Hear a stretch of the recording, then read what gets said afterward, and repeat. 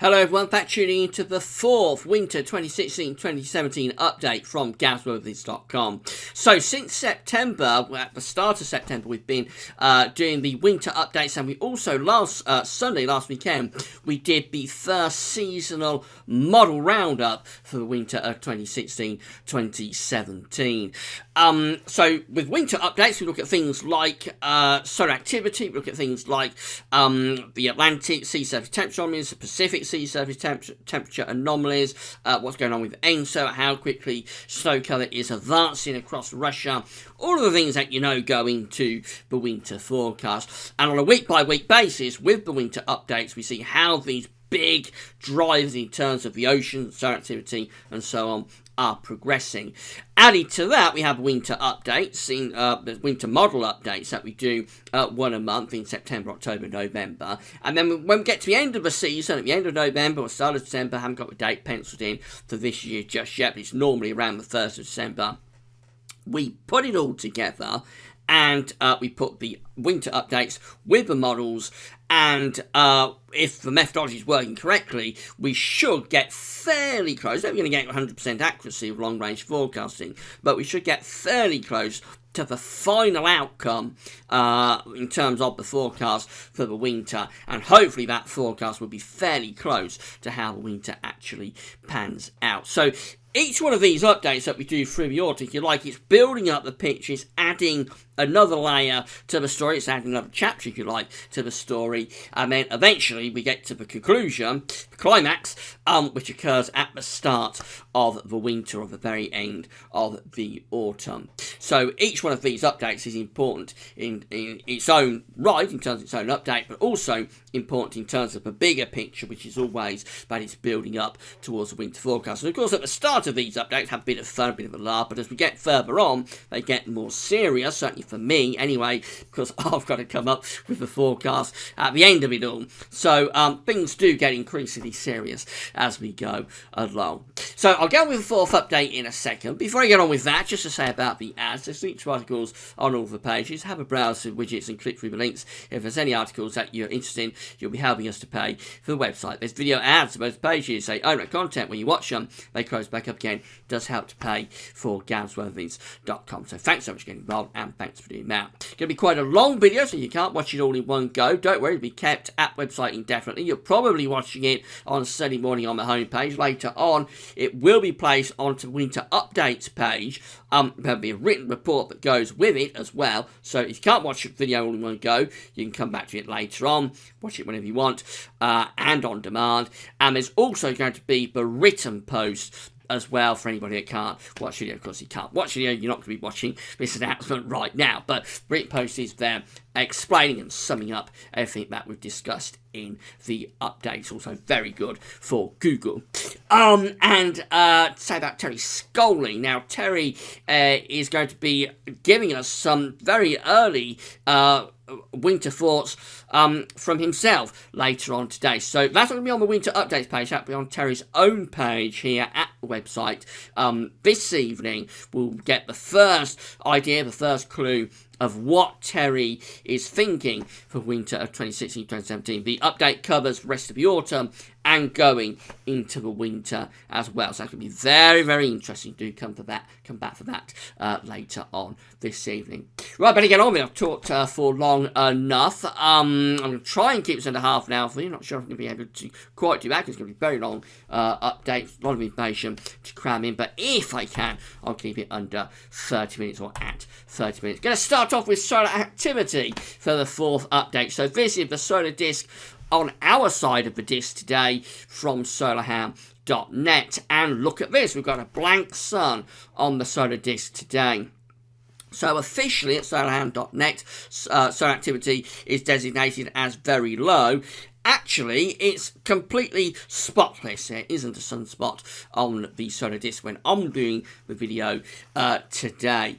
Of course, we know that we are moving into the quieter period of the solar cycle now. So let's have a look at the GavsWeatherVids Winter Update Daily Solar Activity Tracker. We've been looking at this throughout Winter Update so far. James Ackwood, our good friend James, supplies us with many of these solar activity charts, and also with the analog solar. James has created this solar activity tracker for us. Big thank to James. I know you'll be watching the update, James, and we couldn't do these solar updates without James's input. So a couple of weeks ago, of course, when we did the last update back in middle of September, this is sort of area we was in just then. You can see what's happened. The orange line is showing the sunspot numbers on a day-by-day basis going back into the summer. You can see the latest has been moving downwards on a day-by-day basis until we've got to today, the 1st of October, when I'm recording the video, and we haven't got any sunspots at all, so we're completely spotless on the solar disk right now. Now, this isn't the first time this has happened over the past few months. Back in June, we had quite a long run of spotless days. I mean, it went back up through early July. Then in the second half of July, we had a bit of a drop down, got a few spotless days then. And then in August, we picked back up again. And we've been moving upwards and downwards through August into September during this part just here. But quite clearly now, we have started to move down once again. So I just have to wait and see how many more spotless days we get. Will we get a run like this back in June? Of course, the further on we go, the more spotless days we're going to get, because we are in the reducing part of solar cycle 24, the current solar cycle. So we'll get more and more of these spotless days over the next few months and years. This could be the start of a run of spotless days, or we could move upwards and do something like that. Just have to wait and see. This is where we're going to get to when we get to the end of the winter updates. We'll be over here with the GasWeatherViz daily solar tracker. And we'll see how things have progressed through the course of the autumn. Will be very interesting to see that, actually, what has happened. All the trends are down at the moment, so the orange line, the green line, the pink line, and this rusty-coloured line, well, perhaps not quite rusty-coloured line, but most of the other lines, the three other lines, are all trending downwards, telling us that the trend in activity is very much to begin to reduce. That's where it was back in June, the start of the summer, going downwards, going upwards through the remainder of the summer, and now clearly the trend lines are moving back down again. As I say, we are in the reducing part of solar cycle 24, moving out of solar maximum, which occurred quite a long time ago, back in 2014, and down into solar minimum. We aren't in solar minimum yet, but we are firmly on our way to it. So this is the solar cycle 20. This is solar cycle 24, essentially how it's progressed from beginning through to where we are right now. So this is how solar cycle 24 began in 2008, 2009, just there, very, very weak. Solar cycle took a long time to get going. It wasn't really into 2010, 2011 that it finally got going, and we had our first peak of solar cycle 24 at the end of 2011. Then into 2012, 2013, we got a reduction before we had a second peak in terms of solar maximum. That was the solar maximum of solar cycle 24 at the start of 2014, just there. Since then, we've been moving down towards solar minimum. We are well on our way now to solar minimum. It's going to be around 2 years since the maximum of this cycle occurred in 2014. Actually, that's right. It's going to be 3 years, isn't it? Since it's very late when I'm doing this video, and I've had a few stops and starts of it as well. So you're going to have to forgive me if I make a few mistakes like that. It's 3 years in January since we had the maximum of solar cycle 24 in January 2014. And you can see that what sort of linear process we do continue to get spikes upwards. So for example, that's our maximum. We go down, we get another peak, we go down, get a peak there, then we drop down, peak, drop, peak, drop, peak, drop. You can see that it's not a linear process. We spike upwards whilst we trend downwards, but the trend very clearly is down. And over the next couple of years, we're going to do something like this with the trend, and we'll finish up in solar minimum somewhere around there. The reason we look at sunspot numbers and solar activity is that there's a connection between weak sunspot activity, so low sunspot numbers, low sun activity. There's a connection between that and an increased risk of blocking over the northern hemisphere, over the polar field. And of course, blocking is one of the routes, or the main route, to delivering cold weather, not just to the UK, but to Europe as well. Now, this connection doesn't really hold true for other parts, like America and Asia. It's a much weaker connection, so it's something to do with the jet stream, I think, coming through the Atlantic, and the strength of that jet stream. When solar activity is weaker, when you don't have as much solar flux and as much energy coming out of the sun, it allows the jet stream to weaken and also trend southwards. And conversely, when you've got a lot of solar activity, a lot of sunspot numbers, it tends to coincide with increased zonality, a stronger jet stream coming across the Atlantic. So when you've got weak numbers, obviously it is something that can go along with an increased risk of blocking. So that's the reason we look at what's going on with solar activity. It's an indicator, no more than that, but it is an indicator of an increased chance of cold conditions.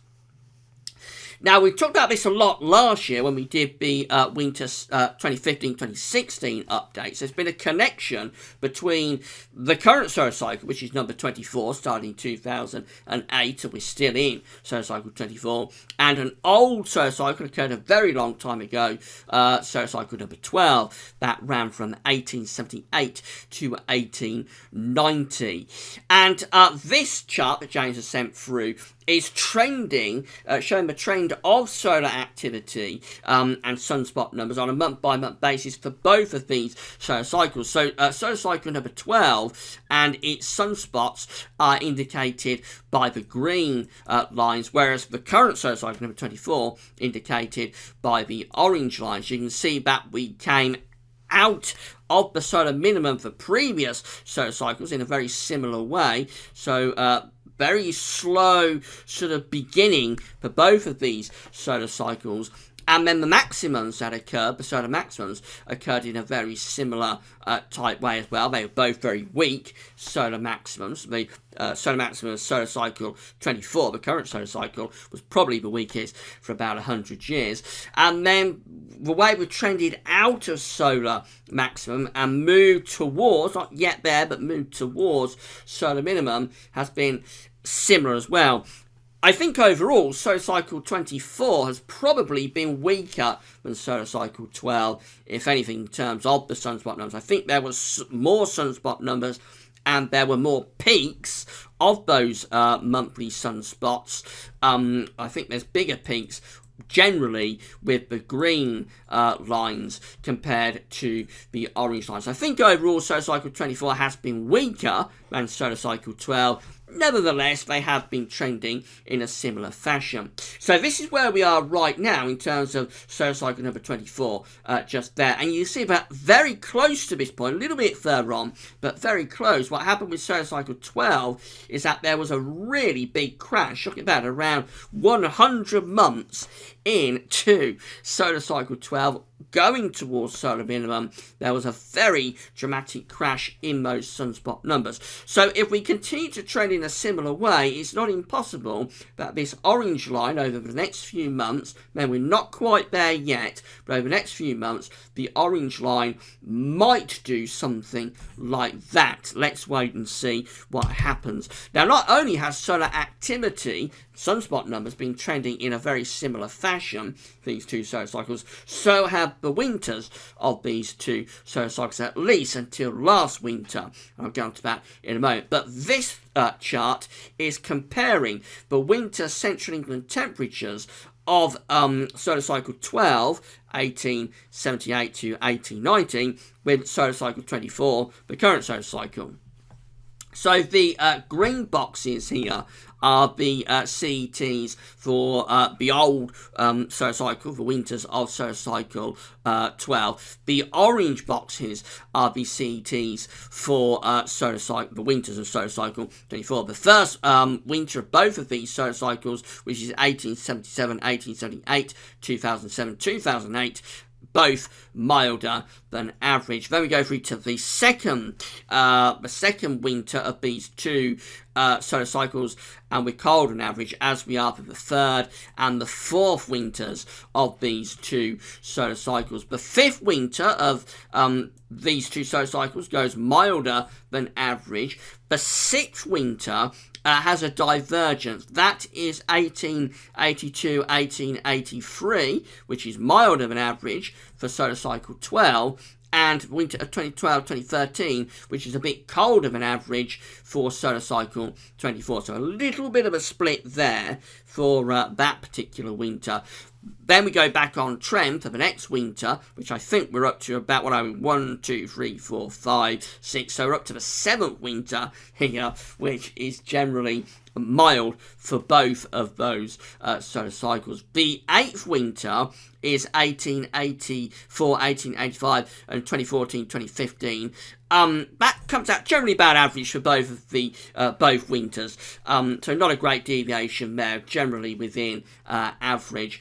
And then we get through to the last winter that we've had, which was last year. It was 2015-2016, which was an exceptionally mild winter just there, compared to the winter of 1885-1886, which is this one just here, which was a very cold winter back in solar cycle 12. So clearly there has been a trend through most of these winters that they've been coming out, not identical by any means, but coming out similar, at least in terms of the trend, either being milder or colder than average, or in terms of this winter just here actually being around average.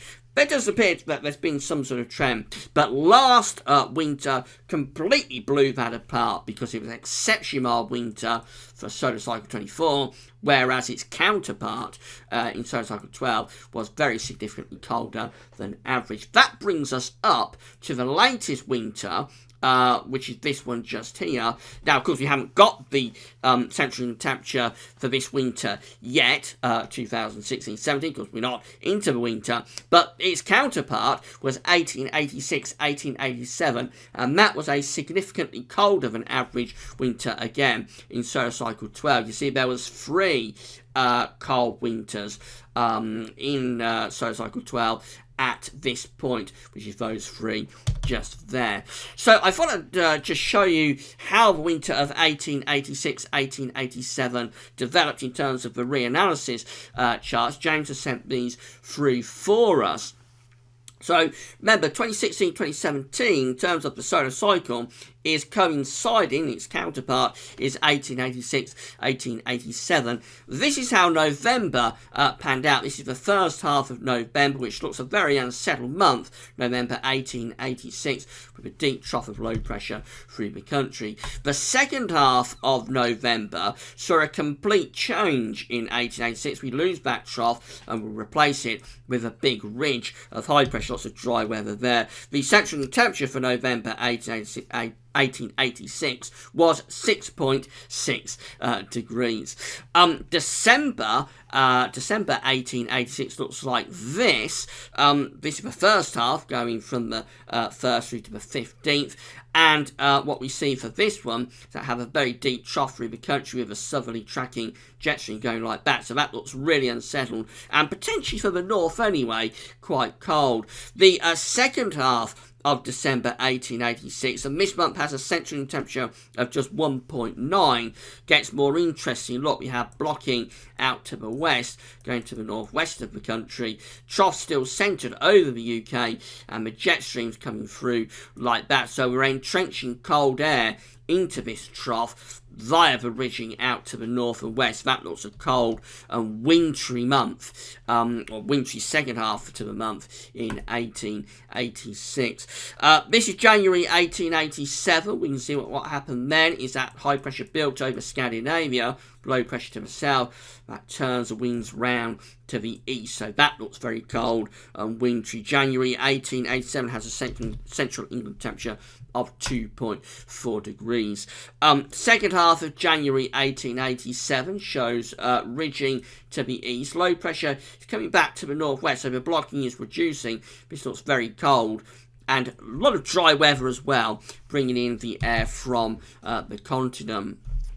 We go through to February 1887, the first half. Again, lots of anticyclonic influences. Maybe not desperately cold with this one. I suppose we're bringing a lot of low-level cold continental air, but it's probably not all that much snow coming through with that one. Where are we? There we go. And then the second half of February 1887 has a big ridge. Look at that big area of above average height centred over to the east of the UK. The flow is still easterly. February 1887 was an exceptionally dry month. And then March shows that March 1887 takes the ridge out to the west, with the flow going something like that. And then the second half of March 1887, which has the central temperature very cold, 3.3 degrees, an exceptionally cold month. That one has blocking up to the north, so blocking comes back through March 1887 with the low pressure to the southeast and bringing in those easterly winds. Now, just because the two solar cycles have been quite close in terms of the winter CETs up to last winter, doesn't necessarily mean that we're going to have a cold winter this time. Its counterpart is, its counterpart is 1886, 1887, which we just seen was a cold winter, quite obviously. But because we had that big split, that big divergence with the two winters of the two solar cycles last year, we're going to have to wait and see how that plays out. Up to last year, it did look like quite a good connection, but we really blew it apart with last winter. So let's wait and see how that goes. We might go back towards the trend, or we might continue to diverge. It's very difficult to say, but I thought you'd enjoy seeing what's going on there. Right, let's get on with the oceans next then. And this is how the oceans were looking when we did the update a couple of weeks ago. This was with the third winter update. We've got the Atlantic, of course, over here, and the Pacific is over here. This is the ENSO region just here. Let's look at the ENSO region first of all. So, back a couple of weeks ago, that was the signature for a very, very weak La Nina in the central equatorial Pacific. Let's see how things have developed for the latest update. This was the chart generated by NOAA on the 29th of September. And we've still got a signature for a weak central-based La Nina just here. But if anything, it may actually have weakened a little bit in the eastern equatorial Pacific, that signature over the past couple of weeks. So again, this was back in the middle of September. This is the latest now. I think what's happened is that over towards Peru, it's probably warmed a little bit. This is Peru just here. Over towards there, it's probably warmed a little bit. But we've still got a very weak La Nina signature through the central part of the equatorial Pacific right now. In terms of the rest of the ocean, so we've still got this very warm northern Pacific Ocean, which is up here, of course, particularly centered around here, close to the coast of Alaska and Canada and North America. That probably is something that enhances the chance of ridging up there.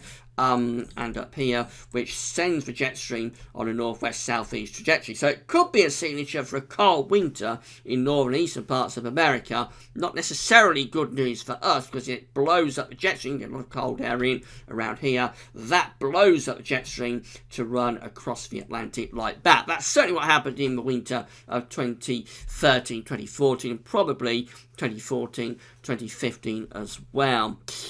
In terms of what's happening in the Atlantic, so the tropical Atlantic still looks quite warm. This cooler area here isn't really doing a lot through the central part of the Atlantic, and maybe things are cooling down up towards Greenland as well. We don't have a tripole anyway. We look for a warm, cold, warm tripole, so you get warmer temperatures here, and then cooler temperatures. That's a bit wrong. So you get warmer temperatures just here, cooler temperatures just here, and then warmer temperatures again just here. And when you get that signature, that tripole of warm, cold, warm, it is something that we look for a negative NAO. We don't really have that. We are a million miles away from it, but we don't really have that. Nevertheless, the Atlantic is warmer than it has been for the last couple of years, and I think it is more aligned towards the chance of a negative NAO at times, not a full negative NAO throughout the whole winter, but at times the NAO could be more negative this winter compared to, excuse me, again, compared to the last two.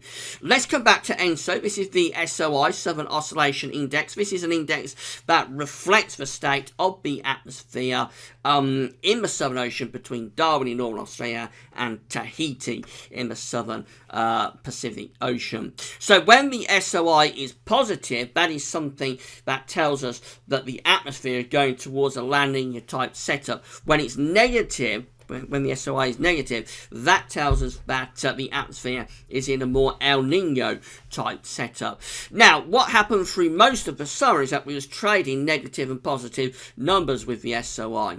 And that means that essentially the atmosphere was neither set up for a La Nina, nor was it set up for an El Nino. But we have gone increasingly positive over the past few weeks. So this is back when we did the last update, the third update, back in middle of September. We're getting a lot of positive numbers then, plus 27, plus 30, plus 20, plus 18, a lot of positivity of the SOI, which, as I say, is something that goes along with telling us that the atmosphere essentially is reflecting La Nina. So as we come down the index and get towards where we are right now, you can see we keep these positive numbers going, plus 14, for example, on the 18th, plus 12 on the 19th, plus 15 on the 20th of September, and so on.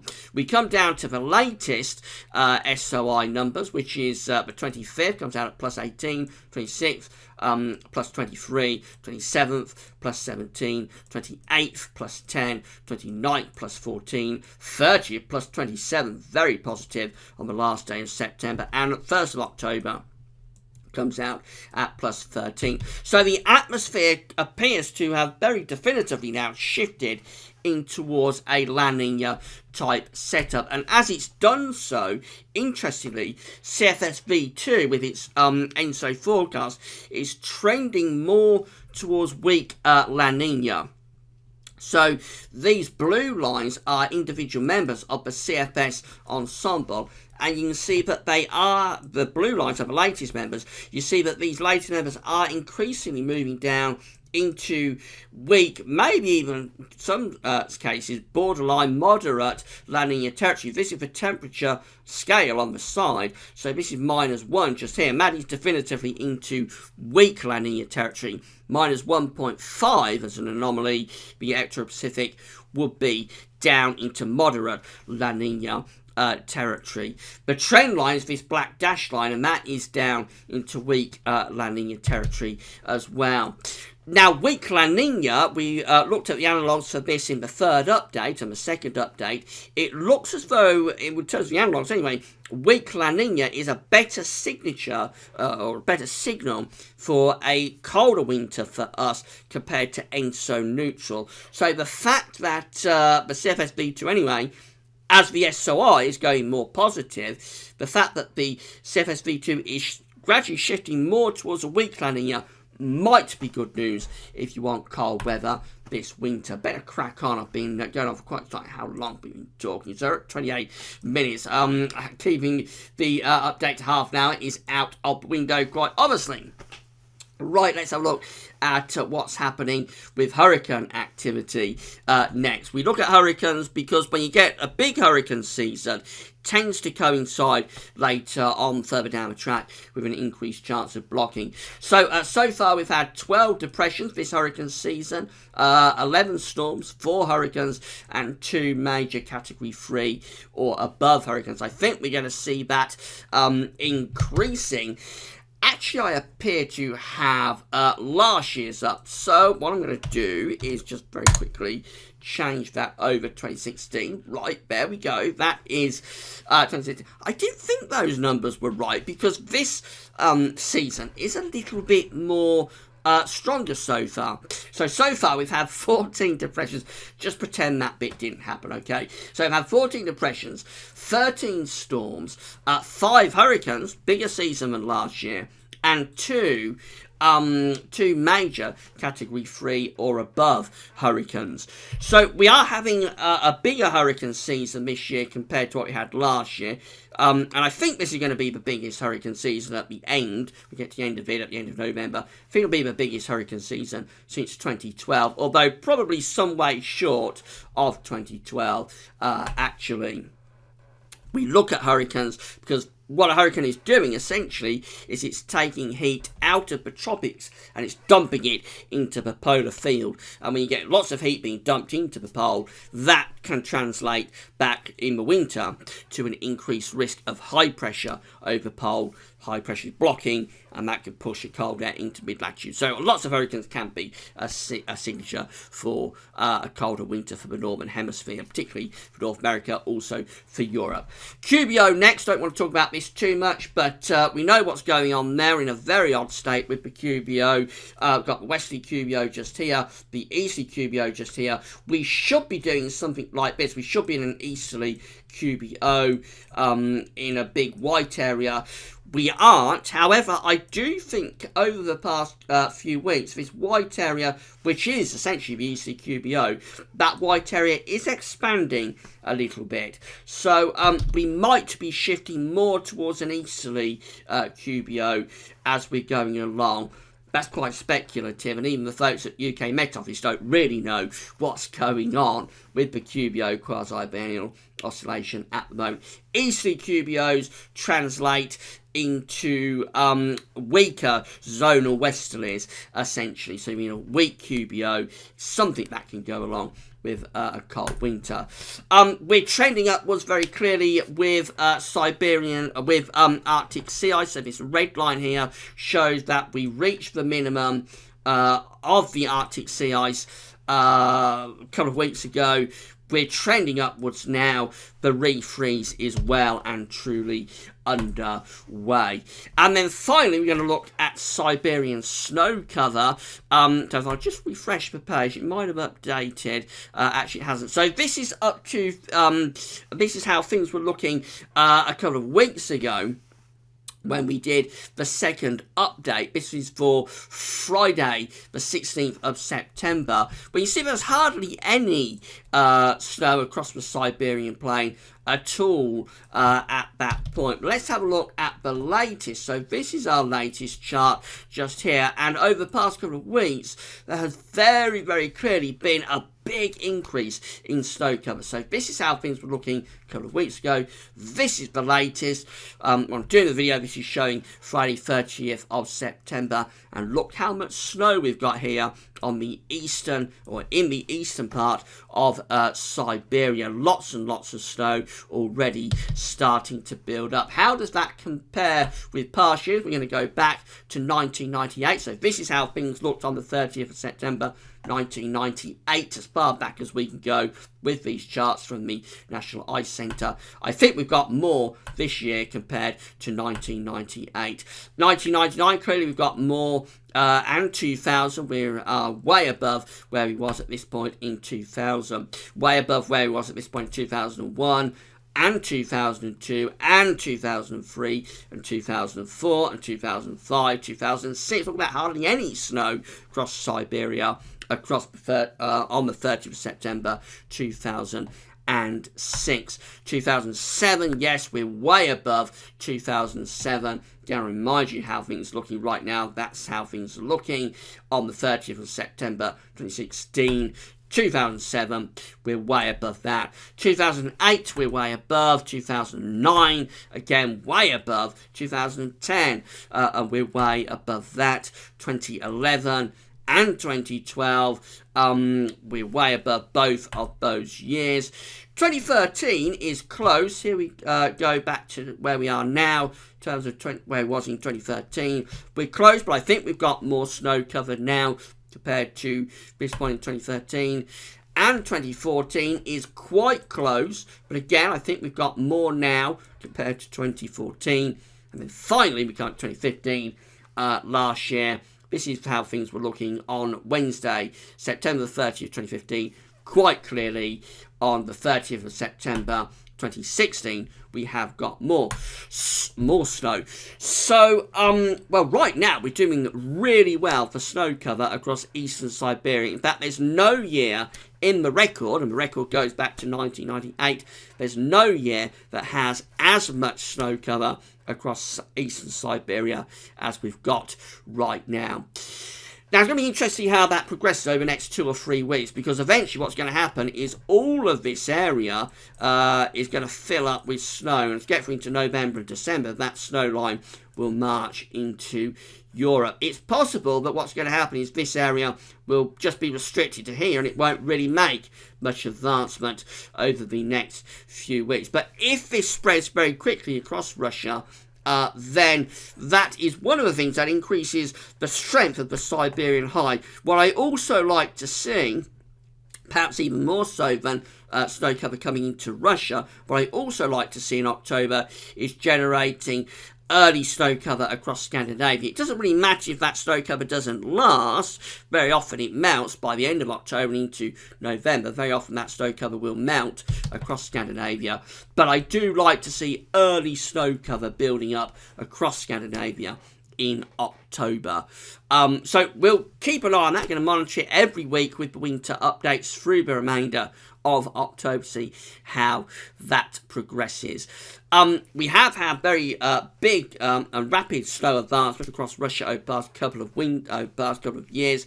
They haven't led to colder winters for us, but they have led to a stronger Siberian high, and all that's happened is that because the Atlantic has been so strong, those Siberian highs have tended to push over the Arctic down into North America and Canada and give them plenty of cold weather.